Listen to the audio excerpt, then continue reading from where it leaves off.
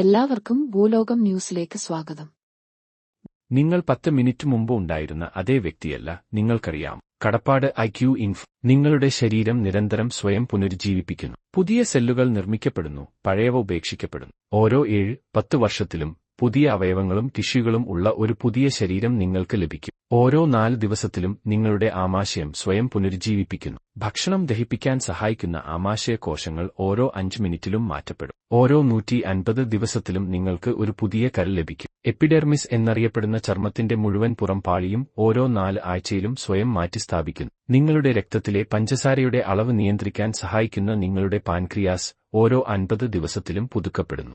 ഓരോ 4 മാസത്തിലും നിങ്ങളുടെ ശരീരത്തിലുടനീളം പുതിയ ചുവന്ന രക്താണുക്കളെ ലഭിക്കും. നിങ്ങൾ രക്തം ദാനം ചെയ്തതിനു ശേഷവും നിങ്ങൾ ദാനം ചെയ്ത ചുവന്ന രക്താണുക്കളെ പൂർണ്ണമായും മാറ്റിസ്ഥാപിക്കാൻ 12 ആഴ്ചകൾ മാത്രമേ എടുക്കൂ. വൈവിധ്യമാർന്ന ഭക്ഷണങ്ങൾ ആസ്വദിക്കാൻ നിങ്ങളെ സഹായിക്കുന്ന നിങ്ങളുടെ രുചിമുകുളങ്ങൾ ഓരോ 10 ദിവസത്തിലും മാറ്റപ്പെടും. കോശങ്ങൾ എപ്പോഴും പുനരുജ്ജീവിപ്പിക്കുന്നുണ്ടെങ്കിലും ചില ഭാഗങ്ങളിൽ പ്രക്രിയ മന്ദഗതിയിലായിരിക്കും. ഉദാഹരണത്തിന്, എല്ലുകൾക്ക് പൂർണ്ണമായി പുനരുജ്ജീവിപ്പിക്കാൻ 10 വർഷം വരെ ആവശ്യമാണ്. പ്രായമാകുമ്പോൾ അസ്ഥികളുടെ പുനരുജ്ജീവനം മന്ദഗതിയിലാവുകയും നമ്മുടെ അസ്ഥികൾ ദുർബലമാവുകയും ചെയ്യും.